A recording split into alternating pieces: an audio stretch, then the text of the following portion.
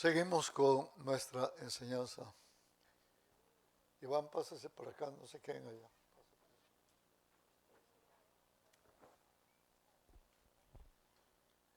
Nos toca entrar al estudio de la perversa, de la gran ramera, de la prostituta, la madre de todas las prostitutas, como aparece delineado en el capítulo 17 del libro de Revelación.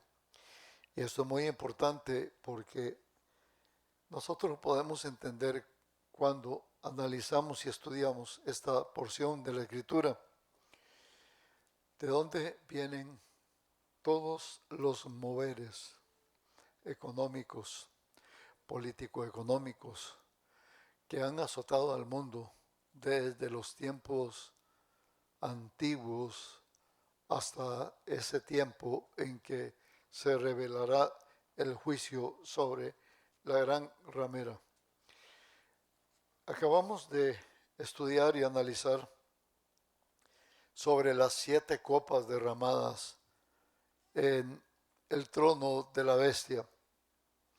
Uno de los 7 ángeles que derramaron las copas vino y le dijo al apóstol Juan, como dice ahí capítulo 17, verso 1, ven acá y yo te mostraré la sentencia que hay contra la gran ramera, la que está sentada sobre muchas aguas.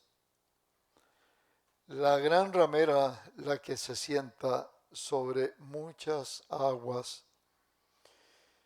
Y esto significa dominio, control, soberanía sobre todas las naciones, de donde comenzó todo cuando se erigió la torre de Babel, que ahí comenzó a moverse todo en la forma que se ha movido a través de todos los siglos. Es un dominio o un control que viene desde lo alto. Aquellos levantaron una torre. Ellos dijeron que esa torre era porque querían alcanzar los cielos. Sabían que eso no iba a ser. Pero el propósito era, alcanzamos los cielos para destruir y derrotar al que dice ser estar en los cielos. Y de donde nosotros vamos a gobernar el mundo entero. Eso es lo que el propósito de cuando se levantó esta torre de Babel. Vamos a entrar a recordar históricamente, bíblicamente hablando, todo el movimiento que se dio con el primer fundador de Babilonia, que este fue Nimrod, que fue descendiente de Cam, uno de los 3 hijos de Noé. Y vino por la línea de Cam, siguió por Cus, que fue el padre de Nimrod, cuando nosotros leemos todo esto en Génesis 10:8.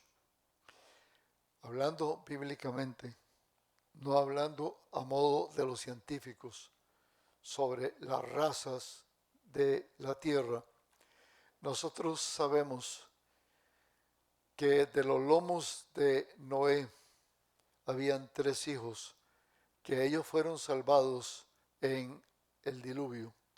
Estaban dentro del arca. Cuando ellos salieron, de estos 3, se esparció el resto de la humanidad. Cuando Noé bajó del arca, no habían sobrevivientes en la tierra. Recordemos que eran 8 los que fueron salvos en el arca. Y cuando Noé salió de ahí, levantó un altar agradeciendo a Yahweh que los había liberado, que los había salvado. Y el Señor puso la marca del arco iris.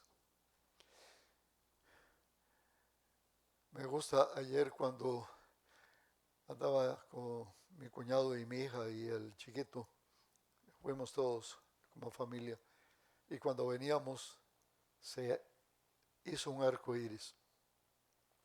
Y el niño dijo, mira abuelos, qué lindo el arco iris. ¿Y por qué se hizo el arco iris? Decía él.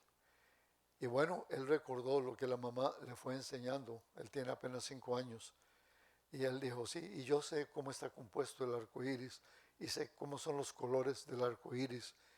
Y venía haciendo preguntas. ¿Y cómo se forma el arco iris? Y sí, fue el pacto que hizo el Señor con Noé. Y eso me agradó de escucharlo a él, porque tan solo tiene 5 años. A veces los viejos hemos pasado por iglesias, hemos estado y muchas veces obviamos o no sabemos o no entramos a la escritura. Sin hablar a modo científico, siguiendo la línea bíblica, son 3 ramas donde se extiende todo el género humano. Recordemos que cuando Noé salió del arca habían solo 8. Eran los sobrevivientes, los únicos que habían en toda la tierra. Cuando salió Noé del arca, salió gozoso. ¿Cómo salió? Salió como muchos que andan con depresión, están deprimidos. Aquí se deprimen por cualquier cosa. Se deprimen porque no les pagaron el sueldo correctamente. Se deprimen porque no hay trabajo. Se deprimen porque les falta esto y les falta lo otro. Lo que no entienden que lo que les falta es a Dios. Porque el que tiene a Dios lo tiene todo. Y el que no lo tiene a Él le falta todo. Hasta la sonrisa. Porque ni sonrisa tiene cuando se levanta.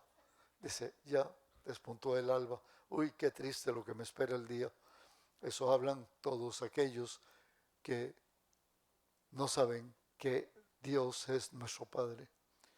Cuando dependemos de Él y sabemos que Él es nuestro Padre, nosotros nos levantamos con regocijo y con gozo, porque usted puede levantarse diciendo, hoy, en este día, el Señor va a hacer cosa grande.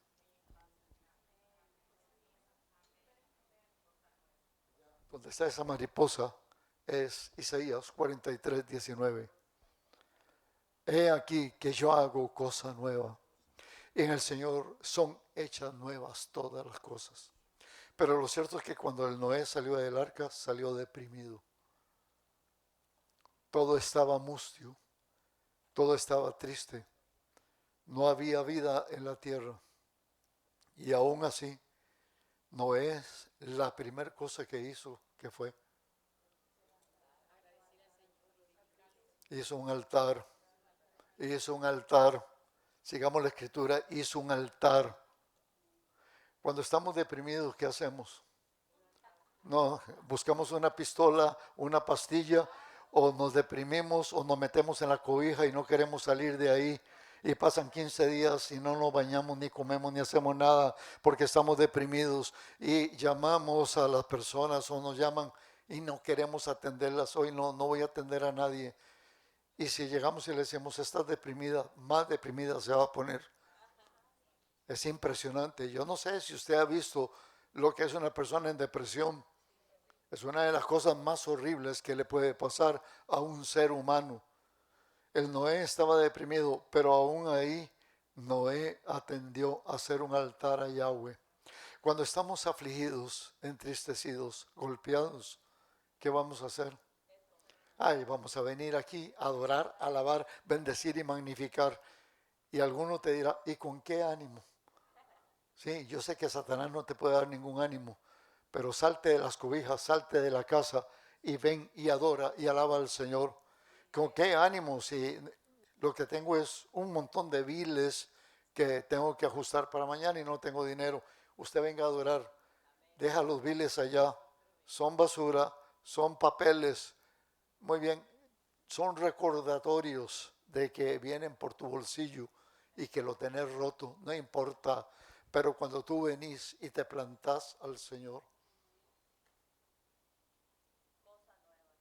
sí, pero cosas grandes que vengas temprano, cosas grandes que aparezcas para alabar al Señor. Estás muriendo, tenés dentera, no tenés dinero y eres incapaz de venir a alabar al Señor. Bueno, ¿cómo quiere que el Señor te ayude? ¿De dónde vendrá mi socorro?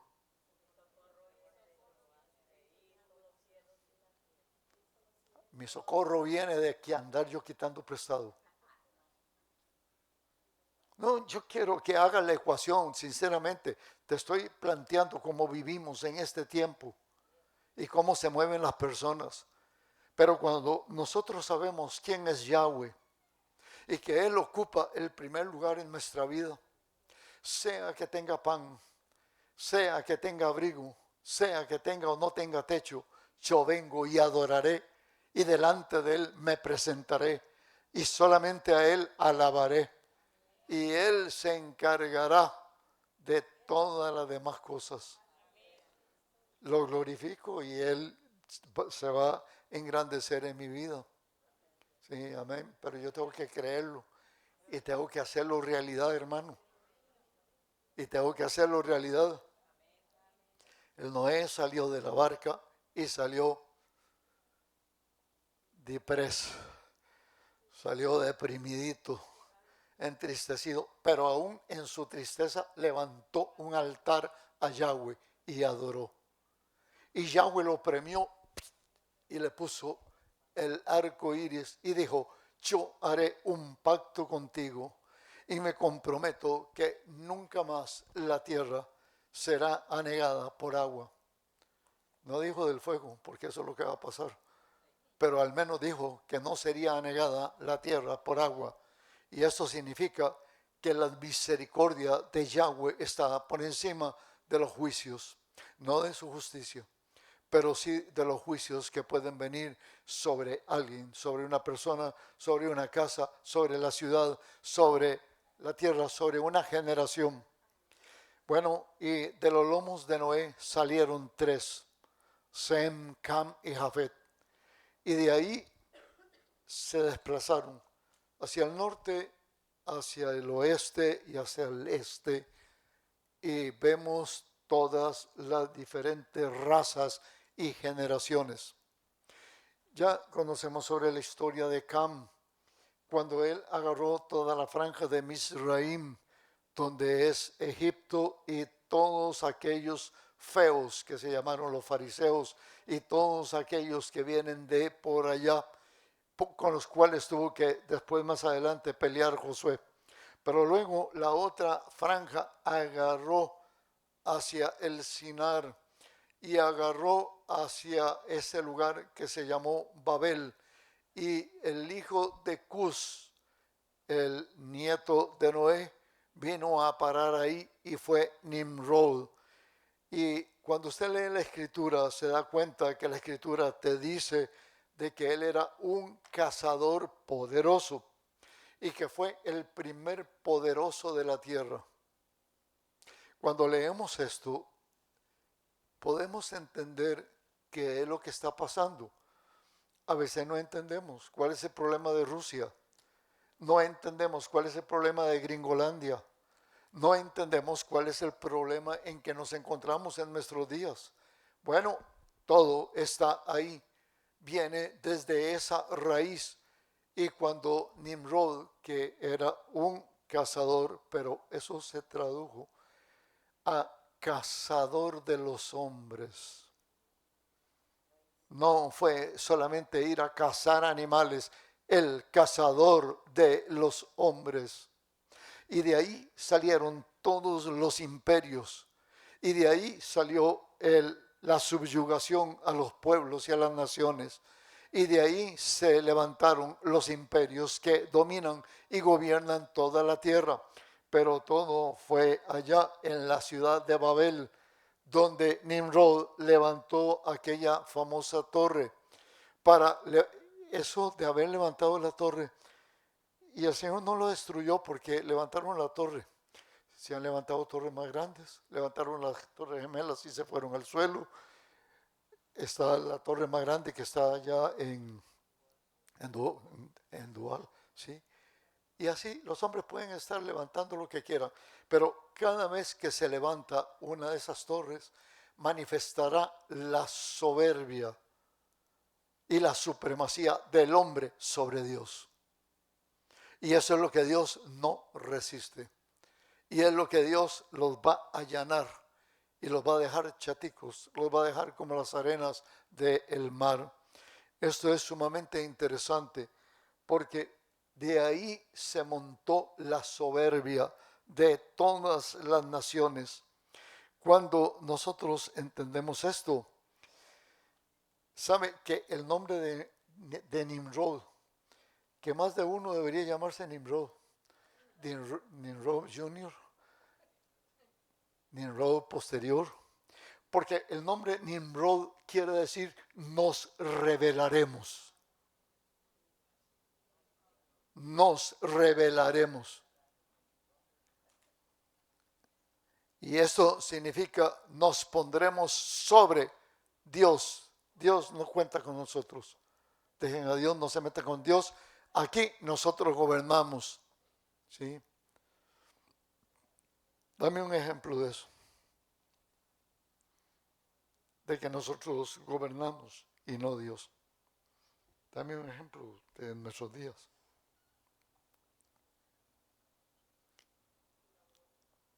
Sí, bueno, el aborto para destruir. Pero antes nosotros haremos hijos en laboratorios. Porque no necesitamos usar las normas que hemos entendido. ¿Y eso qué quiere decir? Que soy familia de Nimrod, que estoy contra Dios y me rebelo contra los principios de Dios. Todo aquel que se levante en contra de los principios de Dios es partidario de Nimrod. Y esto que significa su nombre, que es nos revelaremos, sugiere resistencia violenta contra Dios Elohim. Bueno, ¿y quién fue el primero que se reveló en esta forma? Claro, Luzbel. Luzbel, la luz más bella del cielo.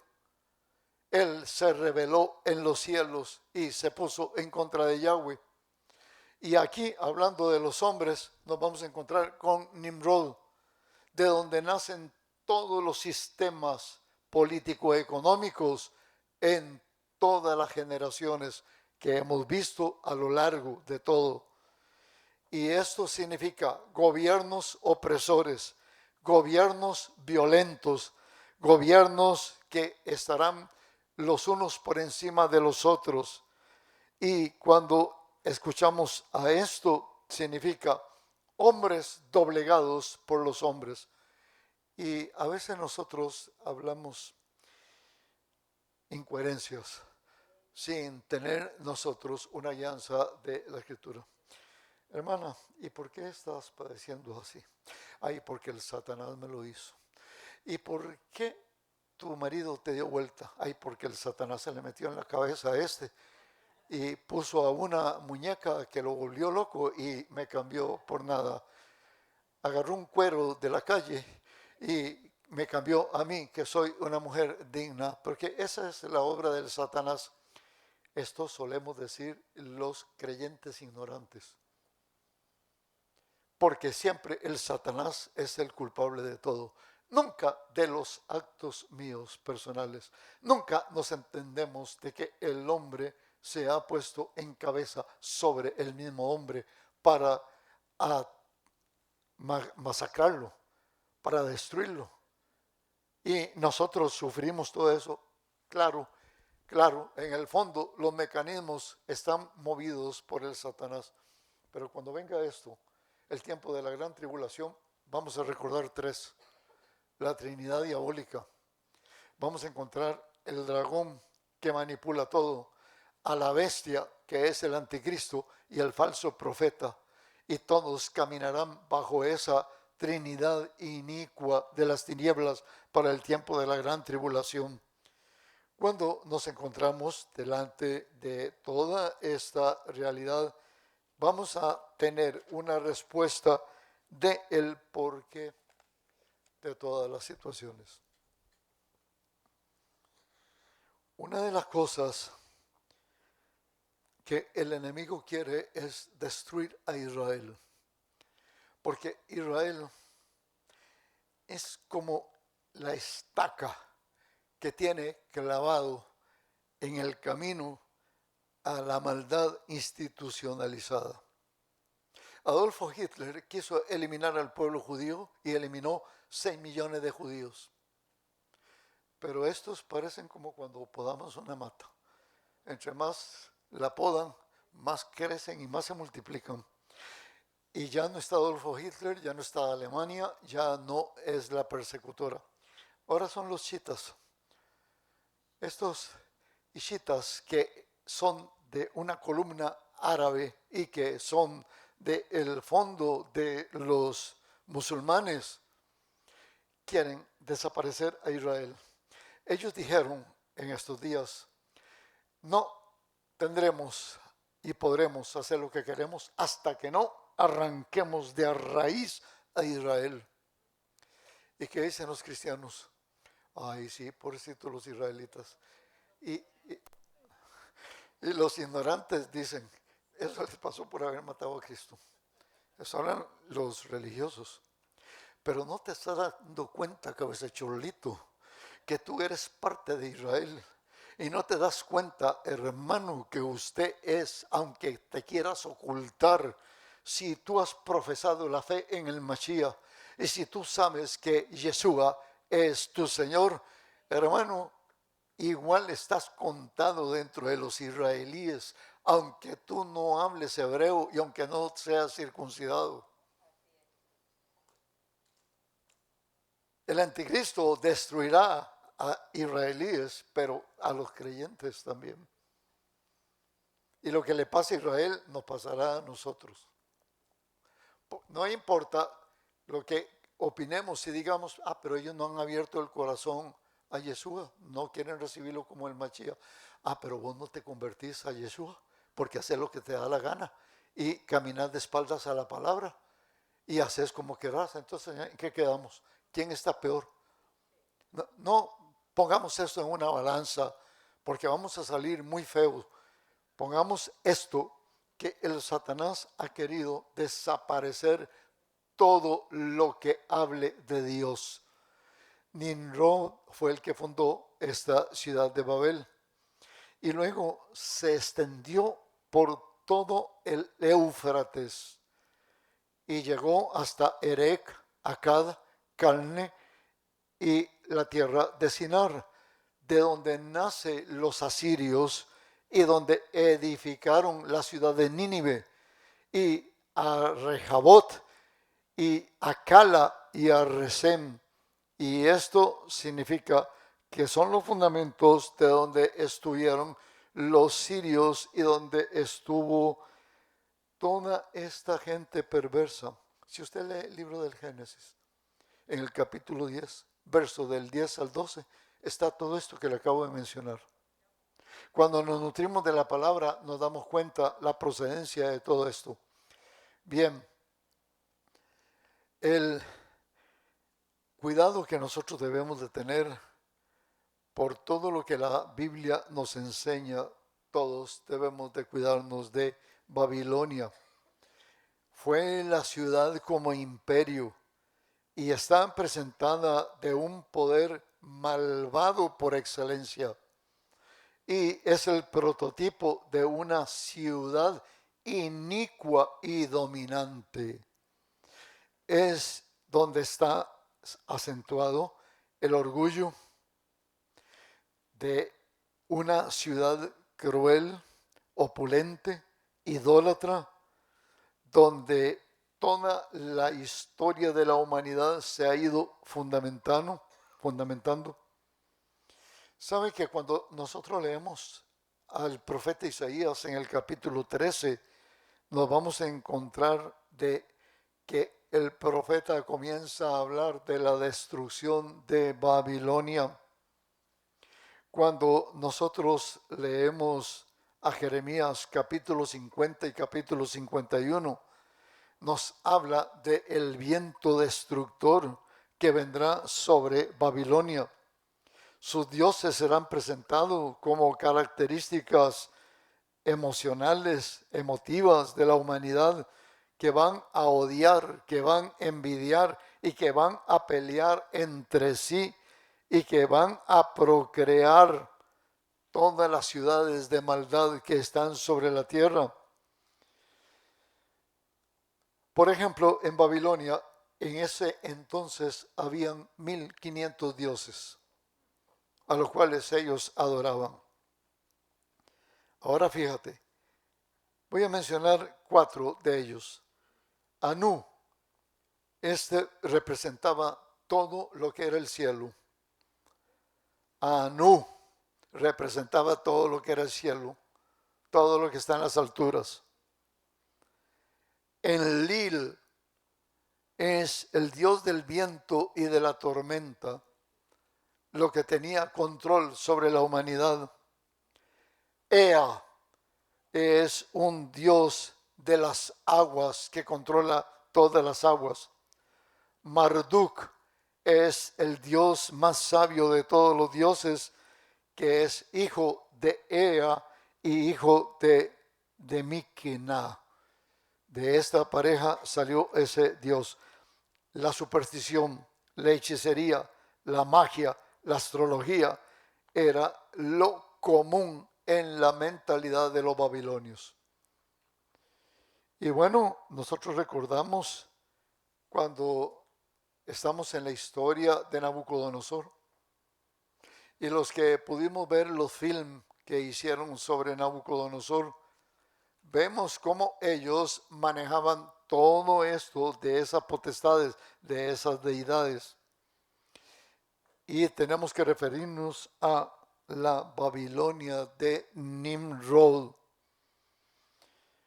La primera dinastía de Babilonia fueron los Hammurabi, que fue el creador de lo que es el imperio babilónico y se extendió por toda la Mesopotamia. Después entró la segunda dinastía, que fue la dinastía de Nabucodonosor, que representa toda la rebelión de la tierra, todo el desafío en contra de la autoridad del Dios eterno.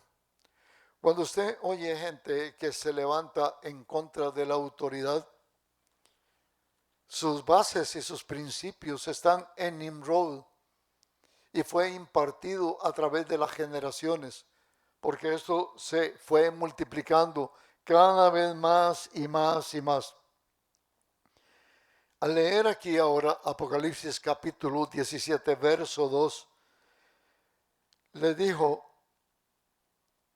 esta gran ramera está sentada sobre muchas aguas, con la cual han fornicado los reyes de la tierra y los moradores de la tierra se han embriagado con el vino de su fornicación. Está acentuando lo que representa Babilonia y lo que va a representar en los tiempos de la gran tribulación. Todos los líderes políticos del mundo que se han doblegado ante la influencia de Babilonia se han entregado por completo a la idolatría. Y usted lo puede observar en todos los modos políticos de la tierra. Ellos estarán siguiendo al Satanás porque ellos menospreciarán al Dios eterno. Ellos buscarán saciar sus propios intereses y lo van a hacer sin escrúpulos. Harán transacciones económicas y todas las naciones serán afectadas. Es el vino de la fornicación que embriagará los corazones de ellos. Vino de fornicación. Cuando hablamos de vino de fornicación, son todos los sistemas viciados que existen y que buscan la autoexaltación. Todos los gobiernos carnales que han buscado todo por encima de todo principio ético y moral. Y esto se va a manifestar en la Gran Babilonia en los tiempos del Anticristo cuando lleguemos a esa altura. Embriaguez. Cuando habla de embriaguez, quiere decir que no hay equilibrio. que no hay sobriedad, que están deslumbrados por el brillo de la Babilonia, que se dejarán ellos controlar y ser engañados por las propuestas de negocios que se van a sumar y se van a multiplicar. El vino de la fornicación, todos sucumbirán ante las propuestas de la gran ramera.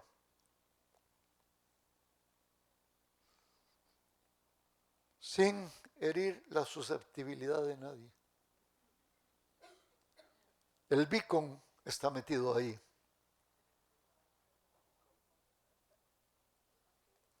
Y todas las monedas mundiales están metidas ahí. Y todas las transacciones donde se presentan y se ven como negocios brillantes son pirámides que van matando a las etapas de la sociedad, porque las personas, por afán de tener dinero y ganar dinero, caminarán por los embustes de la gente que manipula a las mismas personas. Y lo harán a través de todo el tiempo. Bueno, sí, sabemos que esto va a suceder, pero ya está sucediendo. Ya existe en nuestros días. Ya vemos, hermano, quién es el que gobierna, quién es el que manda, quién el que mayor disponibilidad tiene de los medios económicos. ¿Por qué el narcotráfico ha ganado camino y se ha abierto camino en los diferentes cárteles que han aparecido en los días nuestros? Porque tiene que ver todo en la manipulación del dinero. Todo se mueve por dinero. Si dijeran, la droga no vale ni 10 centavos, yo quiero ver quién se va a drogar y quiero ver quién va a traficar droga. Pero es que la droga es un sinónimo de dinero multiplicado sin esfuerzo a la forma que nosotros podamos hacer, y con tal de tenerlo, no me importa, tienes papá, lo matamos, tienes mamá, también se la matamos, tienes hijos, ahí los acabamos. Lo que me importa es lo que yo voy a percibir y lo que voy a ganar. No existen valores humanos, no existen valores morales, no hay parámetros, no hay cuestiones de que nos ponemos de acuerdo los gobiernos y que vamos a hacer las paces y que vamos a proponer cosas para poder reglamentar. No existe. ¿Qué va a suceder? ¿O qué se está esperando por lo menos cuando lleguemos al 2030, si llegamos, que es un día de estos? Bueno, se habla de la globalización, o sea, el control mundial de todo el plan económico. No importa los negocios que hagamos, no importa en lo que nosotros nos movamos. A veces caemos ingenua o incautamente y decimos, bueno, yo no me estoy metiendo en los grandes negocios, pero un poquito de dinero que yo pueda hacer. Claro, hermano, no hay problema que usted le toque los dientes al dragón.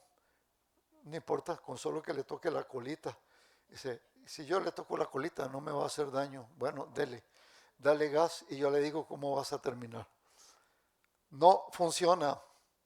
Todo lo que nosotros estamos viendo en nuestros días, lo tenemos en la pantalla, a nuestros ojos. Lo vemos con claridad. No quiero meterme en la cuestión arancelaria, de los aranceles que se pusieron acá. Y no quiero tocar ese punto porque lo que yo oro todas las noches, Señor, da sabiduría al presidente, da entendimiento para que todo esto pueda caminar guiado por la mano poderosa tuya.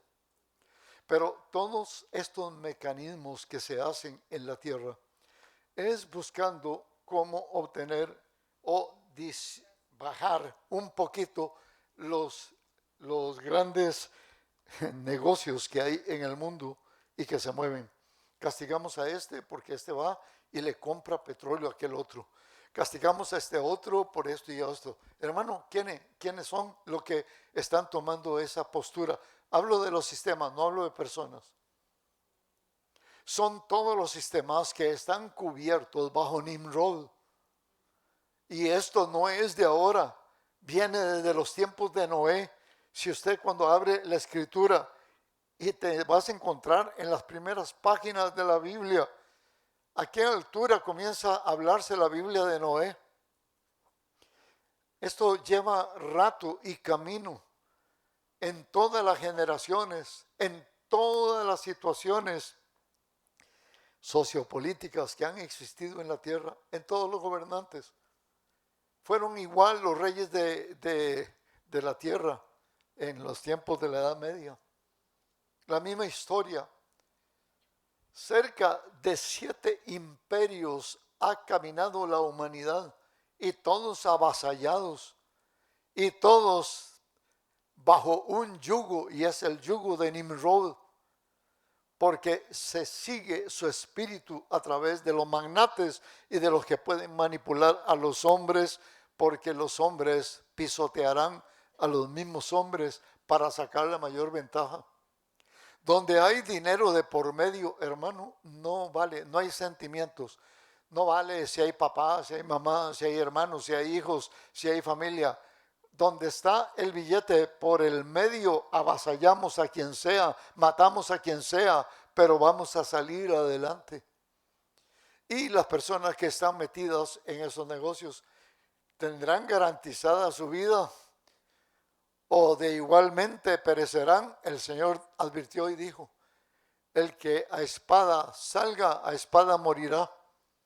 Y a ellos mismos les caerá exactamente la misma violencia con que ellos la han estampado. Vino de fornicación.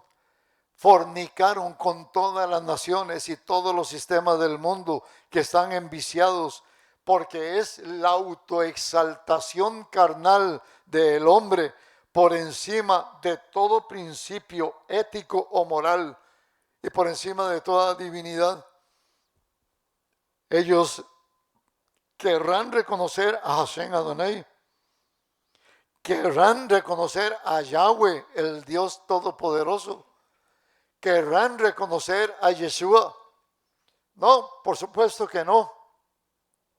Todo lo que huela a la divinidad eterna estará en la gran oposición. En la embriaguez no hay equilibrio y no hay sobriedad. Por eso es una comparación que tomará el vino de la fornicación.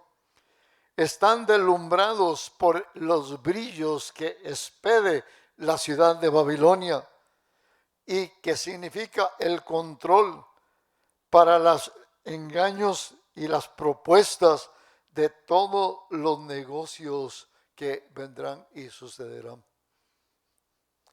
Cuando nosotros miramos en nuestros días, sobre todos aquellos magnates de Medio Oriente, los que tienen el poderío del dinero, cuando le dieron un regalito, un juguetico a nuestro querido presidente Donald Trump, tome, llévese este avioncito. ¿Cuántos millones costó esa unidad? Pero no hablemos de lo que costó esa unidad, hablemos del dinero que esta gente maneja. Es el poderío que hay sobre la faz de la tierra. En nuestros días nosotros podemos ver, y entre más esté el dinero, más hacemos transacciones y podemos comprar la mente de los hombres, porque cuando las personas andan ansiando y no alcanzan, no les importará si tienen que dar sus vidas. ¿Por qué se vislumbra una muchacha joven, una virgen, delante de un magnate? Porque cuando le ofrecen el billete, no le importa si pierde la virginidad, no le importa si pierde su madre, no le importa nada, simplemente le interesa lo que le están ofreciendo. Cuando vemos todo lo que sucede en nuestras sociedades, eso se hace muy difícil el que podamos decir que nosotros le pertenecemos a Yahweh. No, pero si la persona tiene fe, bueno, eso para mí es cuestionable. ¿Fe en qué, hermano? ¿Y fe en quién, hermano? ¿En quién creemos? Mira, ese fue el principio que se le puso entre la espada y la pared al joven rico. Una sola cosa te falta, le dijo Yeshua. Vende todo lo que tienes, todo lo que posees, dalo a los pobres. Y luego ven y sígame. Ay, no, yo no voy a seguir a uno que no tiene ni cabeza, ni almohada donde colocar su cabeza. No tiene ni piedra donde descansar. Yo no voy a seguir a ese. Yo voy a perder mis bienes. ¿Cuánto nos despezuñamos por tener cosas, hermano? No hay nada de malo que todos podamos aspirar a tener una casita. Y sería bueno tener una casa. Pero vamos a ver esto. ¿A qué costo? ¿Será, hermana, hermano, que cuando ya usted no tenga fuerzas, ya pagó la última cuota de la casa? Y luego, hermano, ¿qué vas a hacer con la casa? A usted te está esperando el panteonero. ¿Y qué va a pasar con los hijos, hermano? Ahí están viendo a ver qué hacer para comerse lo que tú te desvelaste por tener. Esta es la insensatez del hombre. Cuando el Señor también dijo que no perdiéramos la vida por los afanes de este mundo. Que no perdiéramos nuestra dirección, hermano. El Señor advirtió todo esto porque es exactamente lo que pasa, que aquí estamos desenmarañando lo que va a suceder en este tiempo cuando leemos este capítulo 17. Dice el verso número 3 de este capítulo: y me llevó en el espíritu al desierto. Esto no es el Espíritu Santo. Me llevó en el espíritu, aunque esté ahí con mayúscula. Y me llevó en el espíritu de Juan. Fue llevado al desierto. Y yo vi a una mujer que estaba sentada sobre una bestia escarlata llena de nombres de blasfemia, que tenía 7 cabezas y 7 cuernos. Este espíritu es el espíritu de Juan. Fue llevado en el espíritu porque él lo llevaron en el espíritu. ¿Y dónde se quedó su cuerpo? Ahí en Patmos. En Patmos se quedó ahí quietico el cuerpo mientras llevaron su espíritu. Venga, venga que te voy a llevar. ¿Te gustaría que te lleven a los lugares en el espíritu? Algunos de ustedes dicen, depende de dónde me lleven. Eso está impresionante. Y dice, cuando habla ahí en Apocalipsis 12:14, que ya nosotros vimos todo esto, habló de una mujer simbólica. ¿Se acuerdan?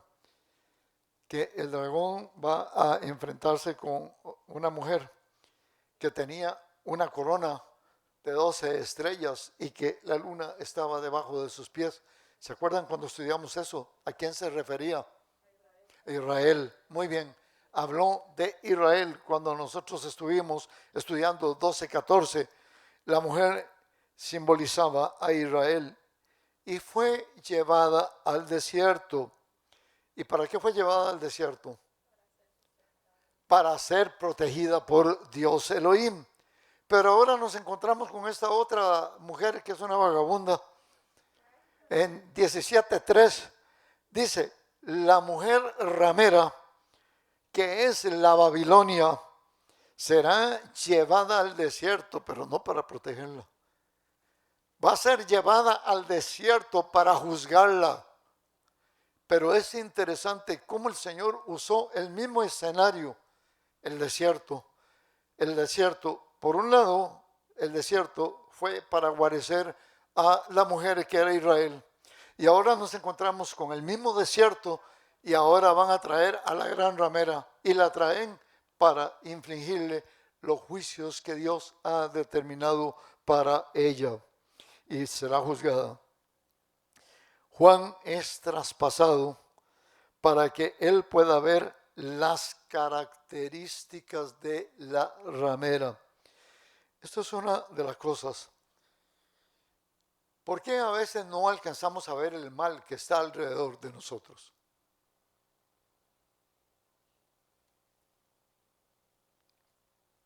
¿Por qué no alcanzamos a ver el mal que está en medio de nosotros?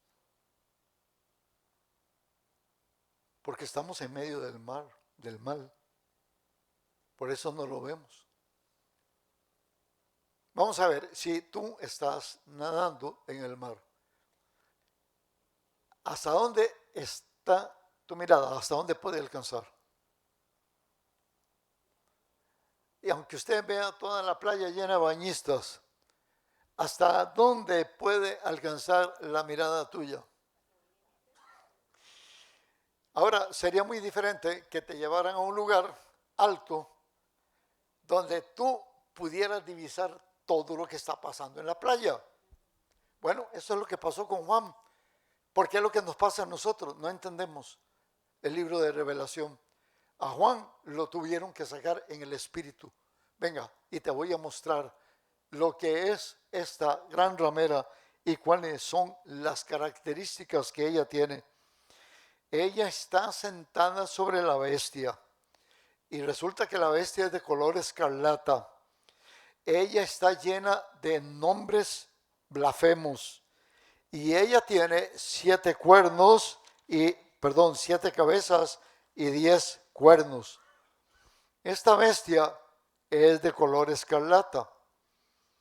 Es tanto el anticristo como el imperio sobre el cual se ejerce autoridad. Cuando estudiamos Apocalipsis capítulo 3, verso del 1 al 18, dice que la bestia gobierna de manera absoluta. Ahora resulta que la posición de la gran ramera la encontramos que está cabalgando sobre la bestia. ¿Y esto qué es lo que sugiere? Por un lado, ella está sostenida por el poder político de la bestia, hablando del anticristo. Y por otro lado, que ella está en posición dominante, al menos en cuanto a lo exterior, para controlar y dirigir la misma bestia. O sea, que el anticristo levantará un poder impresionante. Y él mismo aparentemente se someterá a ese poder. Y él mismo pareciera como que el poder lo domina a él, pero él creó ese poder. Pero es la misma historia y por eso están revestidos de color escarlata. El dragón, Satanás, está vestido de escarlata, porque fue lo que leímos en los capítulos anteriores. La bestia, el anticristo, también representa el color escarlata. Y la mujer que cabalga sobre la bestia, que es el poder político económico, los tres están relacionados con el color escarlata. Bueno, y entonces, ¿qué significa? Vamos a recordar los tiempos del Imperio Romano. El Imperio Romano se reconoció por este color de escarlata, porque era el color emblemático de lujo, de esplendor y de arrogancia sobre todas las mentes de los demás. 7 cabezas habla de 7 imperios mundiales consecutivos a través de la historia. El imperio egipcio, el imperio babilónico, el imperio persa, el imperio asirio, el imperio griego, el imperio romano y el imperio otomano. El imperio otomano comenzó a mediados de la Edad Media. ¿Y cuándo terminó? El año pasado. Es impresionante esto. Cuando uno ve el devenir en la historia de los acontecimientos, de lo que han sucedido. Bueno, ¿y qué son estos 10 cuernos que tiene esta bestia? Bueno, son los 10 reyes que reinarán simultáneamente con el anticristo. Pero recordemos que después se va a levantar el cuerno pequeño y va a embestir y va a tronarse 3 de ellos. Y es un proceso que se va a llegar. Ahora, vamos a ir viendo esto poquito a poquito, porque es bien importante. Tenemos que ser sabios para interpretar. Hay gente que ha malinterpretado esto. Al Papa de la Iglesia Católica Romana le dijeron que era el anticristo. A Roma le dijeron que era la bestia o que era la mujer. Y la hicieron sentar sobre 7 montes y pusieron allá la colina del Vaticano sobre 7. Yo no sé, hermano, a través de la historia las personas han sacado sus propias conclusiones. Pero nosotros tenemos que ir paso a paso con el entendimiento bíblico de lo que se va presentando. Para ese entonces ni va a contar el Vaticano, ni va a contar la historia del papado, ni va a contar todo lo que ha acontecido, porque eso está a punto de llegar a un cierre y a un final. No tiene que ver nada con eso. Tiene que ver con esto otro. Pero yo quiero acentuar y quiero que me haya entendido una cosa de toda esta enseñanza de hoy. Es que de Babilonia salieron todos los poderes de la tierra.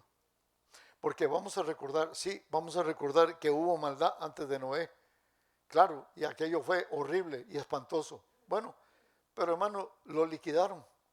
No quedó ni uno viviente. Todos se los tronaron en el diluvio. Ya, se acabó. Pero ¿qué pasó con los 8 que salieron del arca? Mire, salieron todos estos bichos vivientes. Y salió toda esta malicia, porque el Satanás siempre, su batalla es la destrucción de lo que hizo el Señor. Y que el Señor no va a permitir que así suceda. Pero cuando llegamos a esto, a estos términos de Babilonia, podemos ver a través de la historia todas las grandes potencias mundiales, todos los imperios, todos los reinos, cómo llegaron, cómo se mantuvieron y cómo acabaron. Todos. Incluimos a Nabucodonosor. ¿Se acuerdan en la imagen que se presentó en la escritura sobre la estatua de Nabucodonosor? ¿Cómo era la cabeza de la estatua? Si recuerdan. Era de oro. Estaba llena de oro. Muy bien. Esto habla de la omnipotencia que tenía Nabucodonosor, de la fuerza que había en su imperio sobre todo lo que era oro y sobre cómo gobernó a él. Sin embargo, ya conocemos el análisis de cuando esa estatua cayó golpeada por aquella piedra que fue cortada de la montaña y que se volvió polvo. Y luego, después de que se volvió polvo la estatua, ¿qué le pasó? Vino un viento y sopló lo que quedó de la estatua. Y luego, ¿qué quedó? No queda nada, no hay palabras, no quedó nada. Se lo tragó todo, el viento se sopló, la imagen se terminó y seguimos bajando los 4 imperios que nos habla en la estatua de Nabucodonosor y todos pasaron. ¿Qué pasó con el gran imperio de los griegos? Cuando ellos hasta el idioma plantaron y creyeron que iban a ser los dominantes del mundo. Y por eso apareció escrito en el Nuevo Testamento los libros sagrados del Nuevo Testamento en griego. Porque los griegos eran los que parecían que dominaron. Y se acabaron. Se apagó la candela. Se murió Alejandro Magno. Siguieron los otros 3 y se acabaron. Quedaron solo las páginas de la historia. Se terminó esto y sobre esto se levanta el Imperio Romano. ¿Y qué quedó del Imperio Romano? Casi nada, pero espérese, porque de las cenizas, cuando se sopla, se puede volver a sacar lumbre. Y esto significa los días nuestros en donde tenemos nosotros directrices del Imperio Romano y caminamos sobre esto, pero también no quedará nada, será desintegrado. Todos los reinos, todos los gobiernos terminarán. El último será el reino, el imperio de la bestia. Y Yeshua es el que peleará directamente. y se terminó. Cuando fue lanzada la séptima copa sobre el trono de la bestia, se cerró el ciclo de los juicios. No hay más juicios. Lo que estamos siguiendo, Apocalipsis 17, Apocalipsis 18, estamos haciendo el recuento de lo que aconteció y de lo que le va a acontecer al anticristo, al falso profeta, a la muerte, al Hades. Y luego habla de la gloriosa Nueva Jerusalén y del triunfo de Yeshua sobre las naciones y de la apertura al reino mesiánico. Pero esto es tremendamente interesante, porque esto es lo que yo dije ahora. Si usted está bañándose en la playa, tu mirada es limitada. Podemos ver algunos bañistas de ahí alrededor, pero usted no puede alcanzar a mirar todo lo que pasa en la playa. Más si te subes a un montículo cerca y puedes divisar toda la playa, usted puede ver cosas que están aconteciendo en la playa, que fue lo que hicieron con Juan, llevándolo en el espíritu, para que él viera y pudiera escribir lo que escribió. Ese es el problema que tenemos los cristianos en nuestros días.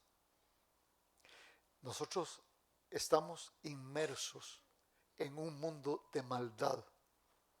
Caminamos con los impíos y con los inmundos. Y más bien con el agravante de que se nos pueda pegar. Nos podemos contagiar del virus de los mundanos. Y es lo que vemos dentro de muchas iglesias, en donde no hay discernimiento. Y se oyen como cristianos. Dice, ay, parecía como cordero, pero hablaba como bestia. Ay, parecía cristiano, pero este cristiano es un strip. Y es uno de los que baila con el diablo. Y es de los que salen del culto y van a hacer su vida mundana y pagana. ¿Dónde está el problema? El problema está que estamos inmersos dentro de lo mismo y no salimos en el espíritu para contemplar, 1, la gloria de Dios, 2, la maldad de los hombres, 3, para que dobleguemos nuestras rodillas.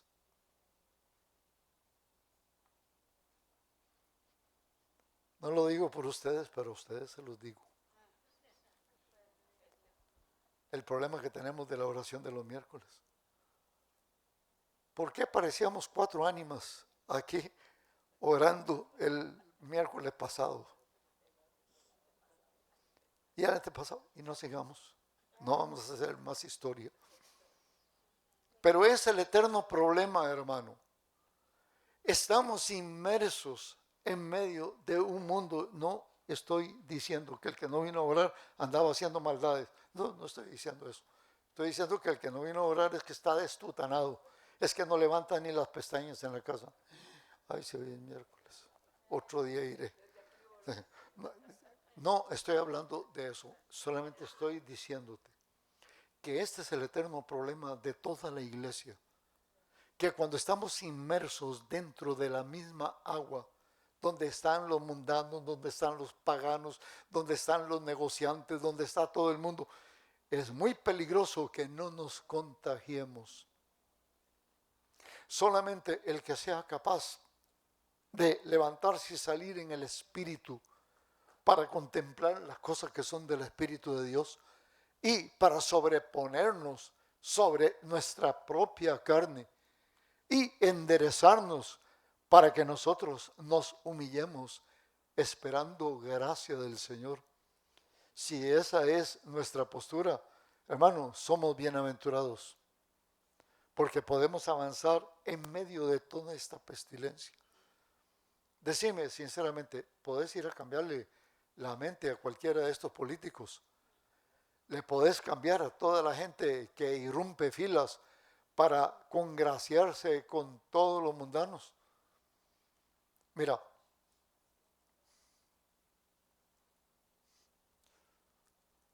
no estoy en contra del deporte, ni estoy en contra de los eventos, hermano. Pero si vas a un estadio a ver un deporte, porque vas a ver un partido que te gusta, como sea. Cuando tú te sientas en ese redondel, ¿te sentás con los justos y con los hijos de Dios o con las artes de los impíos? No importa si eres musulmán, no importa si eres judío, no importa si eres creyente, no importa de dónde seas. Si andabas viendo un partido de soccer y metieron el gol, el partido que era suyo, el equipo suyo, ¿qué van a gritar todos? Gol. Así sea musulmán, así sea perdido, así sea un streptos, así sea quien sea, así sea un borracho, así sea un cristiano, porque están todos inmersos en el mismo atol. Es lo que te digo. Y cuando una persona está metida en lo mismo, está muy difícil discernir y ahuyentarse de los peligros y de las maldades. Está difícil ausentarse porque estás en un perímetro muy corto con los bañistas. Solamente saliéndote podés divisar y ver qué es lo que está pasando alrededor. Bueno, cuando nosotros salimos en el Espíritu, y no estoy aquí promoviendo de que usted haga algo para transportarse en el Espíritu, ni quiera Dios. No quiero que me entienda eso. Estoy diciendo salir en el Espíritu significa me aparto de la cosa del mundo. Pero es que, hermano, ni eso podemos hacer. Vas a orar, hermano, y tenés que tener el teléfono celular al lado. ¿Y para qué tenés el teléfono celular al lado? Ah, es por si el Satanás me habla. Y yo necesito ver qué me cuenta Satanás de lo que está pasando allá en el mundo. ¿Sí? No, hermano, es impresionante. Por eso es que a veces no vale la oración y el ayuno. Yo personal, yo metido en un closet. Cuando hablamos de esto a nivel de cuerpo corporativo, es porque tenemos que desconectarnos de todo el mundo y centrarnos en el espíritu de lo que vinimos a hacer en el espíritu. Y luego, bueno, vamos a tener la bendición, porque Yahweh me va a escuchar. Ay, pero el Señor está en toda parte y lugar. Ay, escuchó al Jonás dentro de la panza del batracio. ¿Y cómo no me va a escuchar a mí ahí, al lado de los mundanos que están ahí? Debemos de ser sabios en toda nuestra manera de vivir. Los días son corticos, hermano. ¿Crees eso? Claro, hoy es 31 de agosto, hermano. Ya, se voló esto, hermano. Si alcanzamos a llegar, quedan 3 meses más. Y ¡pum! Se quemó el cartucho del año. Y ya, hermano, pasamos a un año más de vejez. ¿Sí? Y ya, hermano, pasamos a un año más de achaques. Y ya más, hermano, los dolores se van a aumentar. Ya no decimos, ay, me duele. Ay, ay, ay, ay, ay, ay. Vamos a cantar con los mexicanos. Hermano, tenemos que ser sabios en toda nuestra manera de vivir. Y debemos de caminar delante de Yahweh todos los días, sin saber cuándo nos llama el Señor. ¿Estás preocupado cuando te llama el Señor? Dame uno que no estaba preocupado cuando lo llamara el Señor. Decime uno que no estuvo preocupado cuando lo llamara el Señor. Rápido, están buscando. Bíblicamente, dame uno que no estaba preocupado de la llamada del Señor.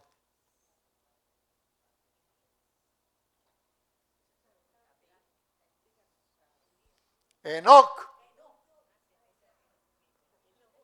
Él estaba caminando con el Señor y pasó la raya de la vida y siguió caminando. Bueno, como veníamos hablando, ay, ya no se dio cuenta que ya estaba en la eternidad. Y alguno de ustedes dice, ay, a mí me gustaría que eso me pase. ¿Sí? Algunos de aquí podemos decir, a mí me gustaría que eso me sucediera. Sí, está muy bueno para aquel, no para mí, sí.